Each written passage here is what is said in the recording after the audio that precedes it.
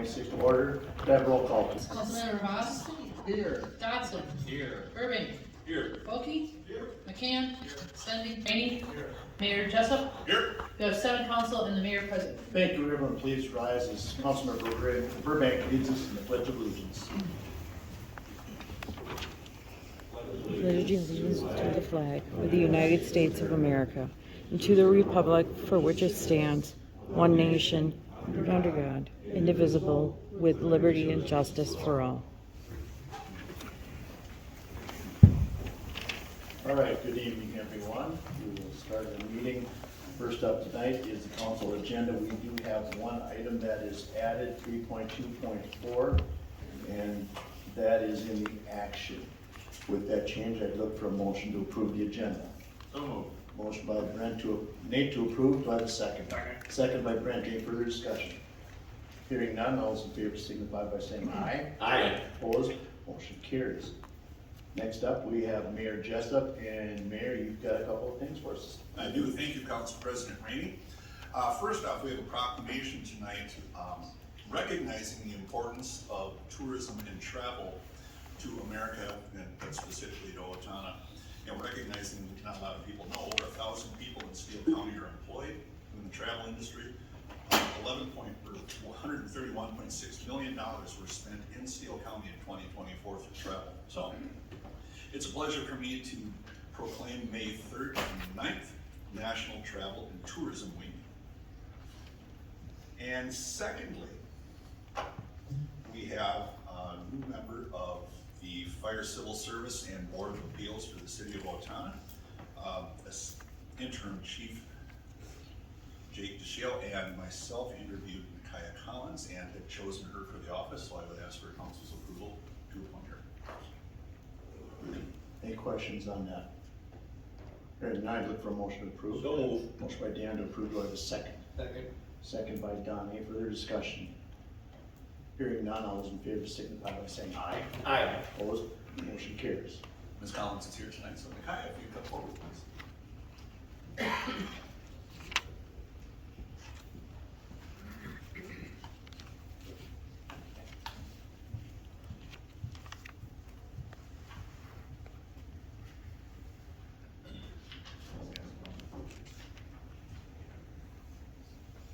I, Micaiah Collins, solemnly swear that I will support the Constitution of the United States, the Constitution of the State of Minnesota, the laws of the City of Owatonna, and I will faithfully and impartially discharge the duties as a member of the Fire Civil Service Board of Appeals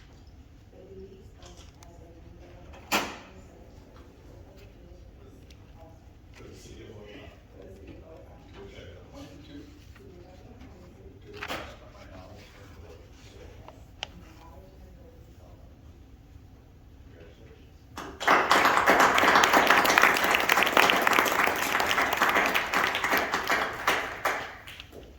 And you said you were just visiting.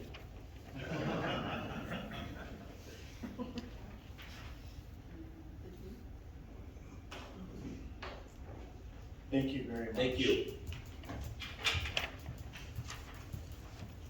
Anything all from the mayor this evening? That is it. Thank you, Council President Rainey. Thank you. We're now at the consent agenda, which consists of city council meeting minutes, other board commission minutes, licenses, permits, miscellaneous items, all grouped together for the council to review prior to the meeting and vote on collectively. With that, I will entertain a motion on these consent agenda items. Motion to approve. Motion by Doug to approve. Do I have a second? Second. Second by Don. Any discussion? Hearing none, all those in favor signify by saying aye. Aye. Opposed? Motion carries. We have two ordinances tonight. First one is 3.1.1, the second reading of proposed ordinance 26-04, amending chapter 93 of Title 9 of the 2015 ordinance code, amending section 93.029 entitled Noise in Public Parks. And for that, we go to City Attorney Mark Walden. Good evening, sir. Thank you, President Rainey. There's been no change in the ordinance, so it's ready for your second reading. Okay, thank you. Any questions for Mr. Walden? Nate? I did get a question from a constituent. What effect, if any, will this have on holiday music downtown in Central Park? Beg your pardon? What effect will this have on the playing of the Christmas music down in the park? Oh, that would be fine. That's not bad. That's not very Okay, bad. thank you. Santa wouldn't come. Any other questions? This being an ordinance, I ask for a roll call vote, please. Councilmember Voss, Aye. Dodson, Aye. Burbank, Aye. Bulkey, Aye. McCann, Aye. Sensby, Aye. Rainey. Aye. You have 7 ayes. Thank you.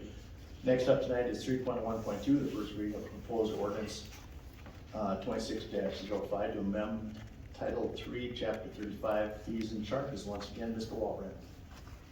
Yes, the purpose of the proposed ordinance is to provide a permit fee for a permit for use of sound amplification devices, subject to the noise regulations under ordinance code section 93.029.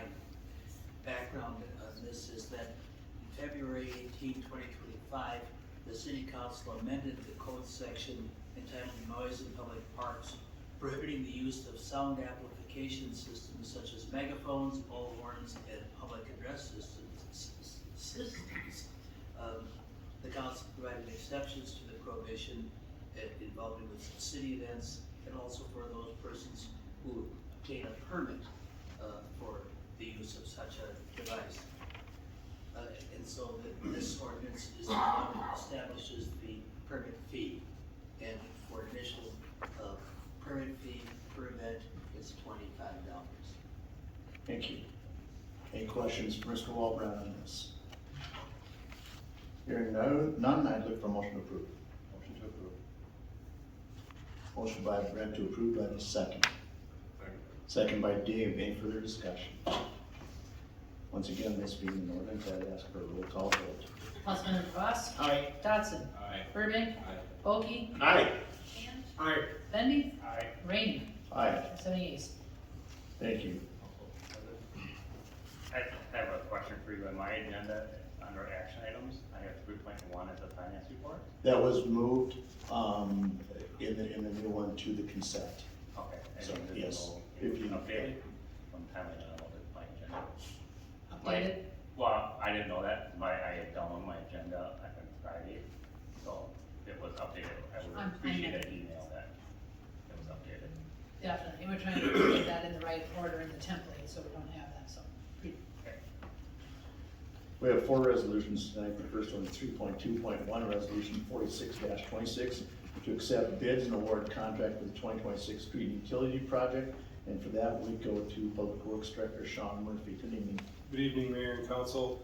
We're requesting Council's approval of Resolution 46-26, which is for 2026 street utility project bid acceptance and contract award. We received 7 bids on April 29th, 2026 for our 2026 street utility project.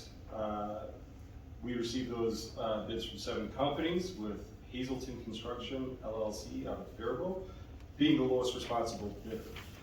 The bid was $311,000 lower than our engineer's estimate, or roughly 11.8%. The budget impact for this project is a contracted project cost of $2,623,273.94. And the 2026 street utility project is going to be financed through a combination of city funds, OPU funds, and special assessments. With that, staff recommends approval of this resolution to accept the bids and award the contract to Hazelton Construction LLC of Fairfield, Minnesota. And along with that, we'll have City Attorney Mark Waldman work through contract review and ensure that all appropriate documents are signed. Thank you. Any questions for Sean? Hearing none, look for a motion to approve. So moved. Motion by Dan to approve, by the second. Second. Second by Don. Any further discussion? Hearing none, all those in favor signify by saying aye. Aye. Opposed, motion carries. Next up tonight, 3.2.2, resolution 47-26, to set a public hearing on May 19th, 2026 for the street reconstruction plan. Once again, Mr. Murphy. Thanks again. Covering this for our vacant finance director positions, that's who usually presents on our street reconstruction plan and setting public hearing for our street reconstruction plan. So with this request, council's approval to set a date for the public hearing for comments on the city's street reconstruction plan. As authorized under Minnesota State Statute, section 475.58 and subdivision 3 as amended, the act, to prepare a plan for reconstruction and overlay of streets in the city over the next 5 years, including a description of the affected streets and estimated costs of the plan, and to issue general obligation bonds to finance the cost of street reconstruction and overlay activities described in the plan. For the public hearing, we'll be hearing just for the 2026 bond issuance tied to our Cardinal Drive and Ivy Street 2026 street utility project. The max is at $1.6 million premium, and it is not to exceed. So the budget impact is the issuance of debt for the project upon approval, and staff recommends this hearing be set for Tuesday, May 19th, 2026. Thank you. Any questions for Sean? Motion to approve. Motion by Nate to approve, do I have a second? Second by Brent. Any further discussion? Hearing none, all those in favor signify by saying aye. Aye. Opposed, motion carries. Our next resolution is 3.2.3, resolution 48-26, accept quotes for library chimney insurance claim work. And Jason Ringhofer. Jason Ringhofer is here. So good evening, sir. Good evening, Mayor, Council. So you pull the mic down in there. My name is Jason Ringhofer. I am a facilities manager in Owatonna here. And I am here on the item of resolution 48-26. Accept quotes for library chimney insurance claim work. The resolution for 48-26 approved quote for library chimney wind damage repairs. A little bit of background on it. The damage that was done was on Friday, February 28th, 2025. The library incurred wind damage to the north chimney. The wind tore loose the chimney caps along with 2 boiler exhaust pipes. The wind whipped the chimney caps around, damaging the brickwork and causing many bricks to fall into the alley and onto the library roof. The roof is tile, and many tiles are broken and damaged. The immediate repair of covering the roof, tarping it, and taking care of the roof repairs has been accomplished already. The scope of work that I'm asking for today is the repairing of the chimney brickwork, replacing damaged copper chimney caps and flashings, and repairing the boiler exhaust pipes. The signed agreement with the contractor will also be reviewed by our attorney, Mark Walram, and the budget impact that is also an insurance claim would be $70,190. That would be provided by, the service would be provided by Frederickson Masonry.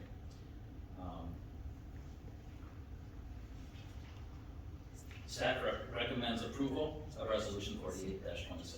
Thank you. Any questions for Jason on this? Doug? I promised Jason, since it was his first time at the mic tonight, we'd really grill him here. All right. There's a massive disparity in those 2 bids. Are we quite confident that Frederickson Masonry knows what they're doing? Multiple times we have gone back to them and said the same thing. We do have it in writing in their quotes, asking for the specifics of what their job curtails. They have it down to even providing the amount it's costing for the scaffolding. They have agreed also to keep that scaffolding there for the copper contractor, which was All-Star. The 2 of them work together. They've actually contacted me last week and wanted to together go up and verify measurements and work together on it. I have countless times gone back to both of them and said, is this the true cost? And they've come back with accuracy. They're sticking to it. Okay, thank you. One other quick question, sorry, Kevin. probably for Jenna, but did insurance end up covering this whole fiasco? I believe it was turned into our insurance claim. You've been So working with this has been turned into an insurance claim. Our insurance, from the way I understand it, is $100,000 aggregate deductible. For that year, this will make up $75,000. It's at $25,000 per occurrence. So this will bring it up to $75,000. So $25,000 is gonna be out of our pocket to pay for this. Dave? If I remember correctly, this happened after hours on a Friday evening. You recall? You had to call the guys out with their tarp and everything else to plug that. I believe, I was in building inspections at that time, but I do believe it was.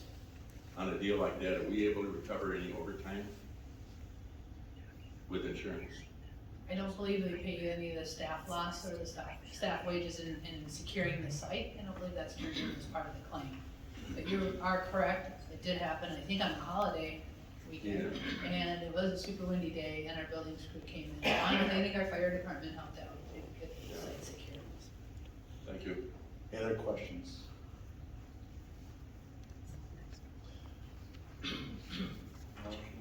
Motion by Brent to approve, do I have a second? Second. Second by Dan. Any further discussion? I will say, Jason, great job, first time presenting, thank you very much. Thank you, council. Thank you, mayor. With that, all in favor signify by saying aye. Aye. Opposed? Motion carries. That's a different last name. Do you happen to have any other relation in common? Resolution tonight is 3.2.4, resolution 49-26, purchase fireworks, J&M displays. And we go once again to, Mr. Mark Walden. What is this, please? Fireworks. Fireworks, Mark? Very good, okay. The purpose of the resolution is to authorize the city to execute an agreement with J&M Displays, the vendor of the fireworks, for the annual Patriot Skies fireworks display. The cost of which will be borne by Early Edition Rotary Club of Owatonna.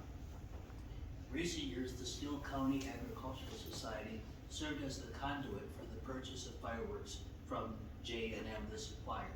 The cost of the fireworks has been paid by the Early Edition Rotary Club in the past. Because the Steele County Ag Society is no longer able to act as the purchaser, the Rotary has asked the city to step in as the nominal purchaser of the fireworks from J&M, the cost of which will, just as in the past, be paid by Rotary.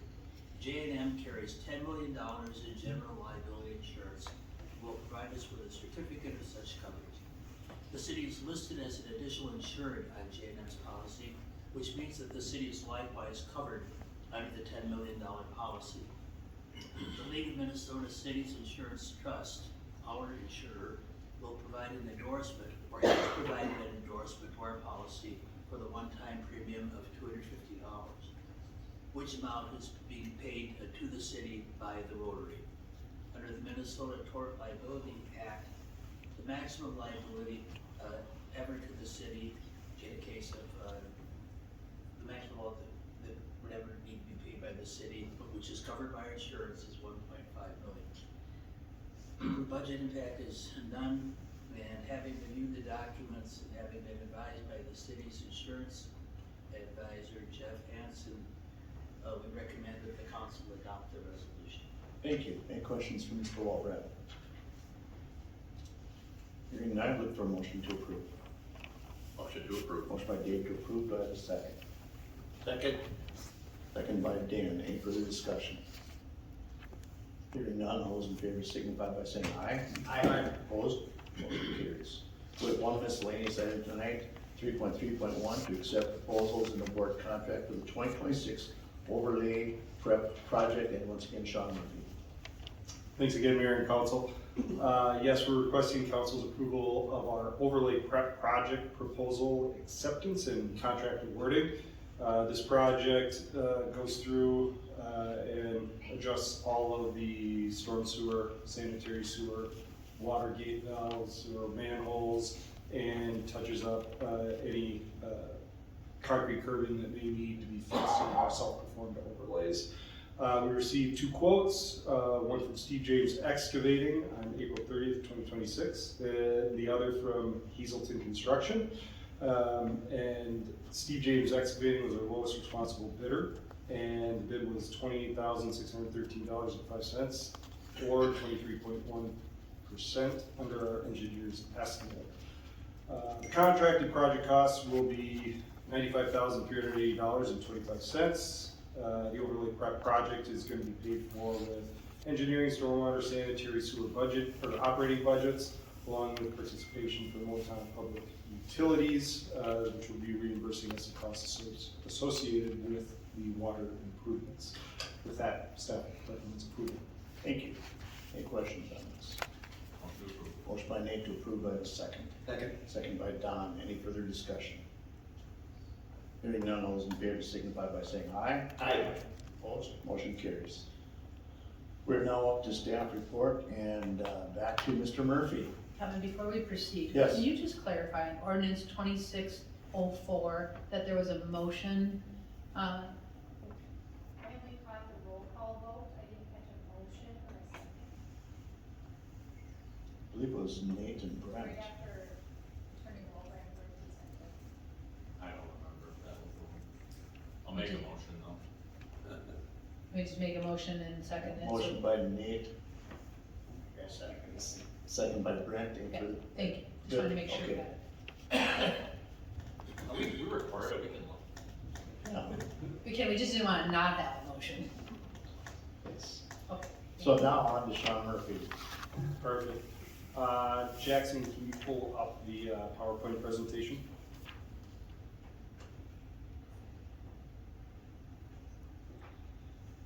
Perfect, thank you. Again, good evening, Mayor and Council. Happy to report a few things that are upcoming from the Public Works Department. A couple of the items were presented on here tonight, right? Our 2026 street and utility project, Hazelton Construction, as you just voted on tonight, will be awarded that contract, pending contract review with City Attorney Walbrand. Will consist of Ivy Street and Cardinal Drive. Hazelton is very eager to get started on the project. There are certain materials, specifically manhole and RCP pipe, that they'd like submittals in as early as possible because there's a little bit of lead time currently going out with the current production climate. So they're very eager to get on this project and start moving. Staff will be working on setting the pre-construction meeting later this week and reporting that out in the coming weeks. The start date and other relevant information will be communicated out to property owners once the timeline has been determined, and then further communication with Hazelton Construction. Just a reminder from Mayor and Council, or to Mayor and Council, that this is our top priority project for street and utility due to aging infrastructure, both within our storm sewer system, sanitary system, and the road itself.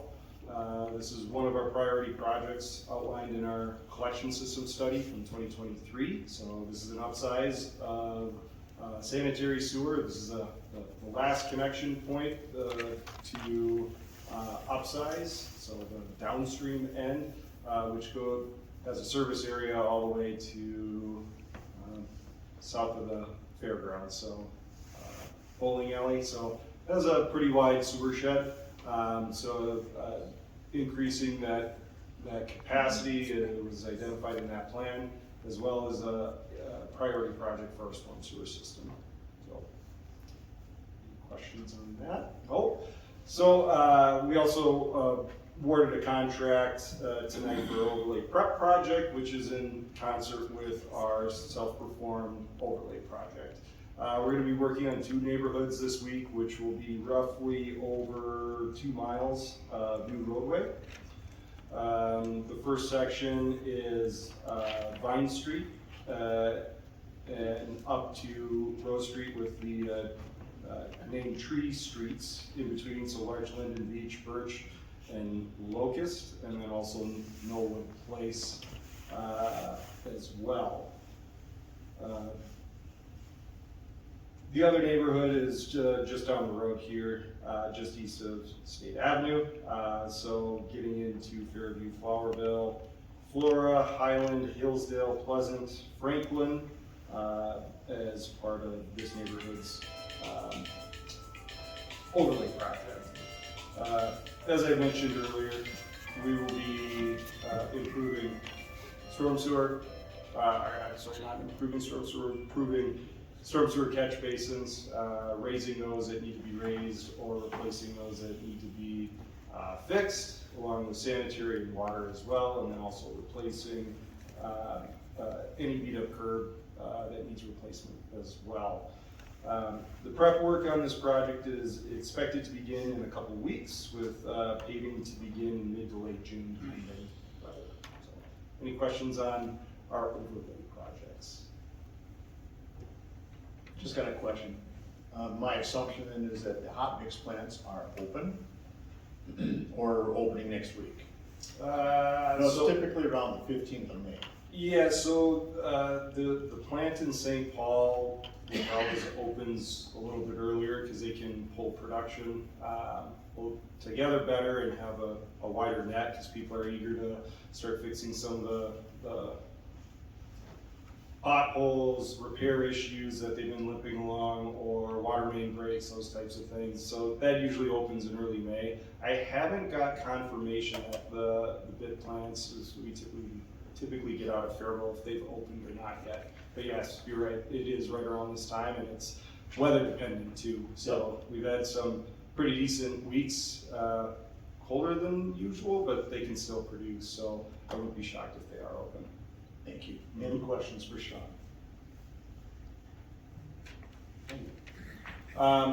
Just speaking of street maintenance in general, you know, we touched on two of our, you know, more significant investments in our street projects with reconstructions or some mill and overlays.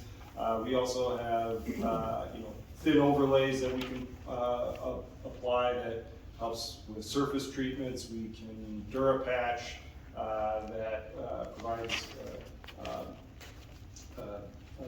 a tight bond with rock pieces that help patch up holes and seal them in a little bit better than just hot mix does alone, and then obviously doing some of those spot repairs. So whether it's our crews or other crews that are working within the right of way, we just ask people to slow down, exercise caution, and make sure we're paying attention to those people in the high-vis vests. So, and then just highlight a little collaboration between you know, our parks maintenance and our street maintenance teams. I'm sure many people have noticed that the pedestrian bridge and former dam at Darts Park pieces had finally fallen into Maple Creek. Going through the permitting process with the DNR and restoring banks and pulling out that wall. We completed that project last week in about a day and a half. So just a highlight of how we try to work better together and utilizing our staff's talents to make some improvements to some of our great facilities that we have. And then Sean? Yep. Dan's got a question. Just a comment, that Darts Park work looks terrific. Wow. I would concur with you. Yes. Prior to my time here, we did similar projects in Darts Park, you know, with some slope stabilization, but this one was just a little more unique. There was a lot more cut that needed to come out just because of those retaining walls that stuck out from each side of the head bridge and dam. So Nice job to you guys. They did a great job, especially when there's a playground so close. It really looks good. Thank you. yeah, absolutely. I'll make sure to tell them too.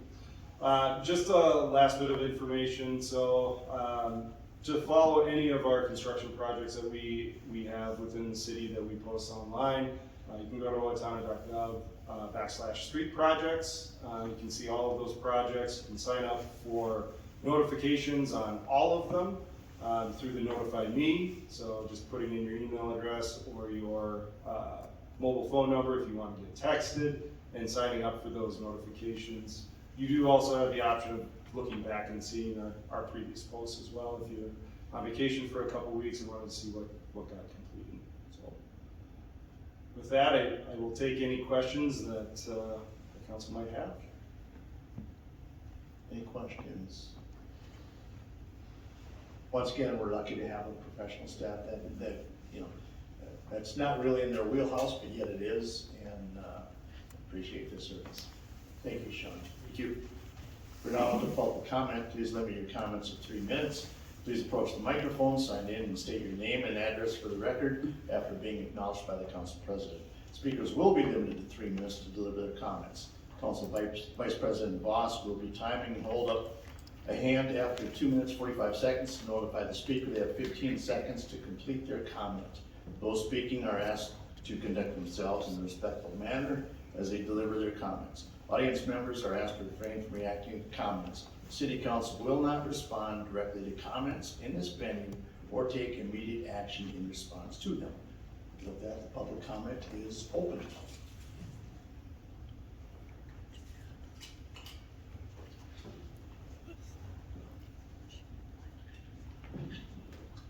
I'm going to use the mic. I hope everybody can hear me. I couldn't hear some of you. You got to learn to use the mic. But, I've been Can you state your name, please? And Sir? I've been a native of Owatonna for 87 years. And I've been involved with many contentious situations, but I think this is probably going to top it. This is a tough one. The council's done a lot of work. The administration's done a lot of work. There's going to be a referendum. I don't know if it's going to be in August or November, but I'd say you got the public pretty well fired up. I'm glad to see her moving forward with alternate, or at least considering what might be an alternative to the present presentation. I know I've only got 3 minutes, and I'm thankful that there'll be another opportunity to speak at the library on Saturday.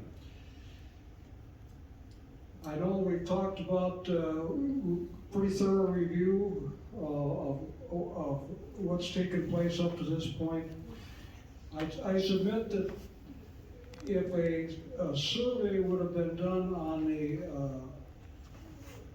law enforcement center being at the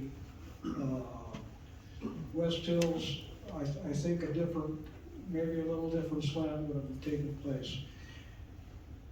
Personally, I like the option 1, using the present Bank Law Enforcement Center. I think there's a lot of synergies that can be and could be addressed there that would bring the cost down, and by separating them, we've added about $7 million cost to the project. I think another idea might be to move the public is to have a citizens task force. They did that with great success for the new high school. The other thing I would like to mention is I think it's very important that it be made clear to the public, and it's going to have to be, that the civic center or the civic building is going to have to be civic center is going to have to be on the back burner. A lot of people are saying, it's the figure of $78 million is thrown out. That's impossible. So I think you should come clean on that's not going to happen if this moves forward. The other thing is, a lot of people are asking, what's going to happen to the 1906 fire station? I don't think the city of Owatonna wants to see it sit vacant. I think that's got to be addressed up front. What are you going to do with that? Let the public know. So I think your propagandist gotta get organized and out there. I think a council has, and the administration has, and I've gotta be blunt about this, has dug a hole. And it's time they start climbing out of it, and I think they can. I think the public wants a law enforcement center. I think they want a fire station. If you separate them, you should only do one at this time. And the old saw, it's gonna cost more next year. Yes, it's gonna cost more next year. But you can't do them both at the same time. Pick one, probably the law enforcement center, do that, and in the near future, do the fire station. Thank you. So that's, I probably used up one of my. Chad, will you sign in right there? Chad, will you sign in? Thank you. Anyone else this evening? You go, girl. Get him.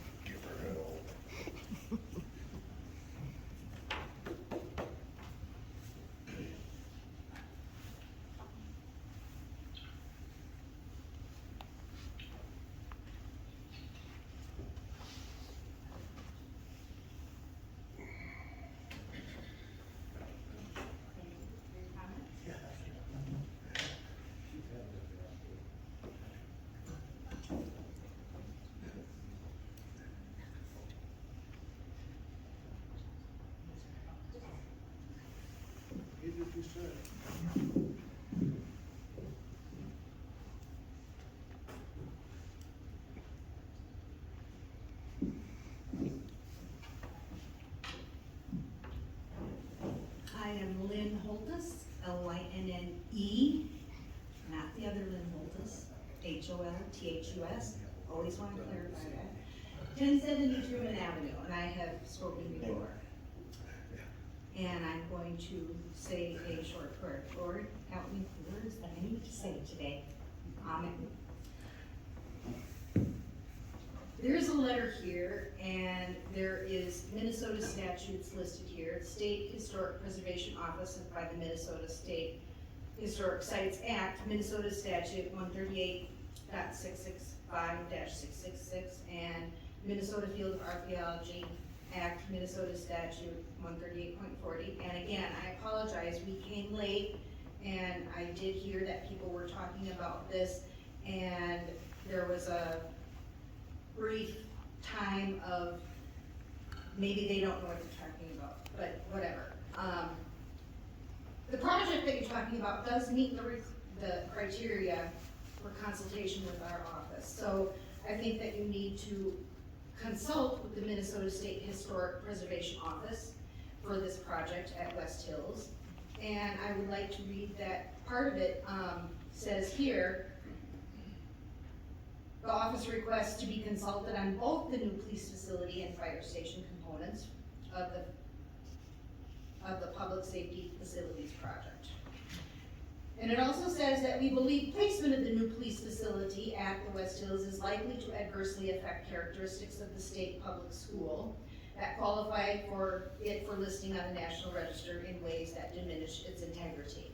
I do not believe we should be building a police station at the West Hills.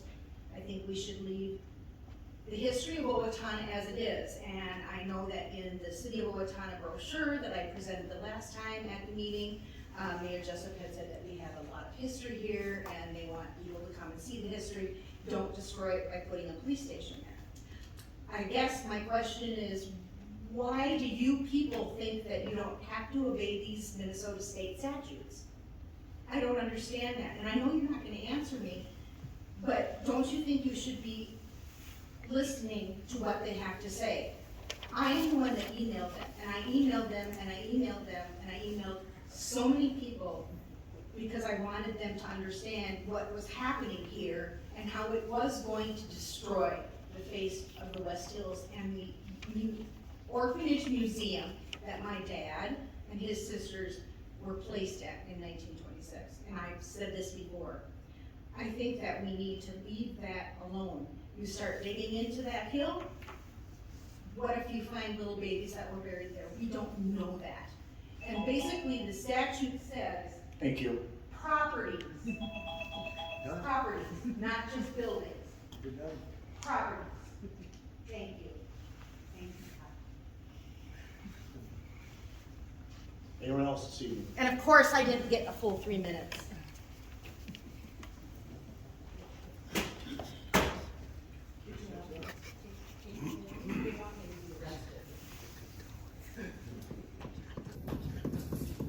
Melissa Zimmerman, 2525 Stony Creek Drive.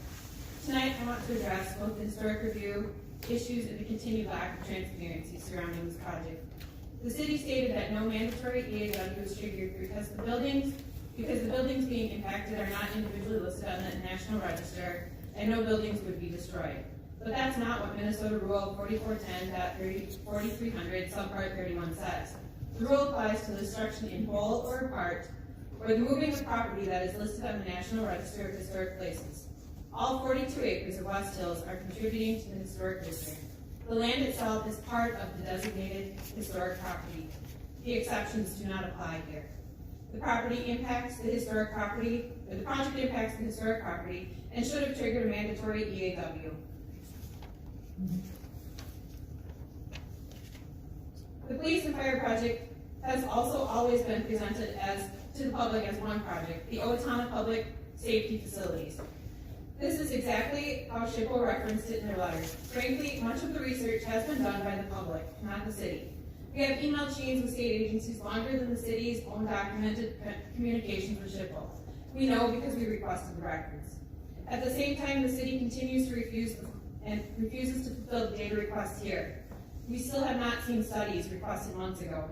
Requests were closed without answers despite follow-up. The public concerns have always been clear: cost, location, and public input. Government transparency means making information about decisions, spending, and actions freely accessible to the public. Transparency is how trust is built. But that trust has been gone for a long time. And while the city seems to rely on the press to tell the public what's happening, we're relying on you.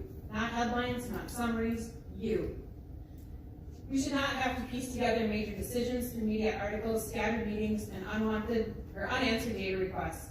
And what frustrates residents the most is being told that we're wrong, while we're the ones reading the statutes, submitting the data requests, contacting the agencies directly, and fact-checking the information, because we cannot get answers locally. If residents keep reaching outside the city for answers, that should tell you something is broken. I've attended nearly every meeting for 4 years, yet the first real presentation to the public was February 3rd, 2026, where we were told this was already a done deal and the city was not seeking public input. 7 years in, and the first opportunity for public input is May 9th. Now we hear that there were 18 meetings discussing the police and fire. If that's true, where are those meetings? Show them to us. Where is the public participation? Why did it take a reverse referendum for the residents to finally get a town hall on May 9th? The public is here, people are showing up, the people are participating. But participation only works if the government participates too.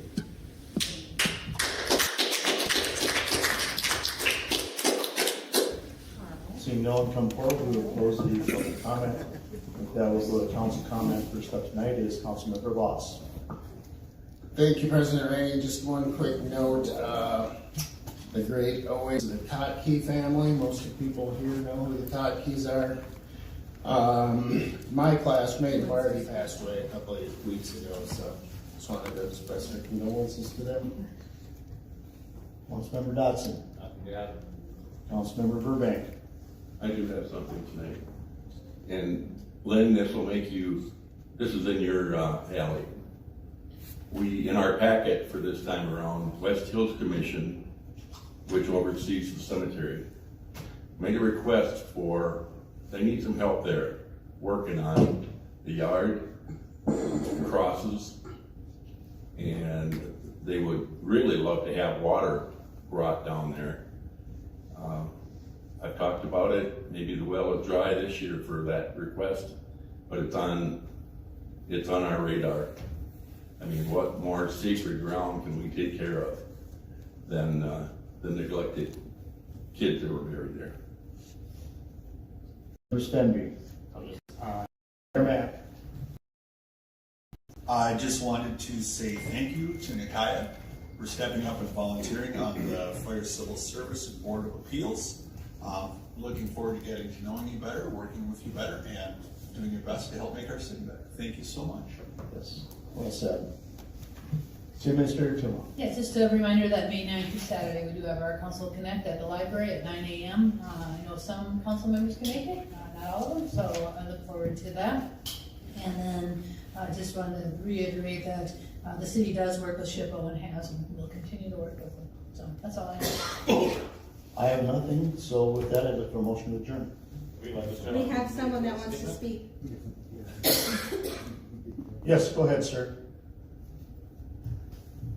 My name is Clint Underwood. I live at 1395 Edinburgh Place.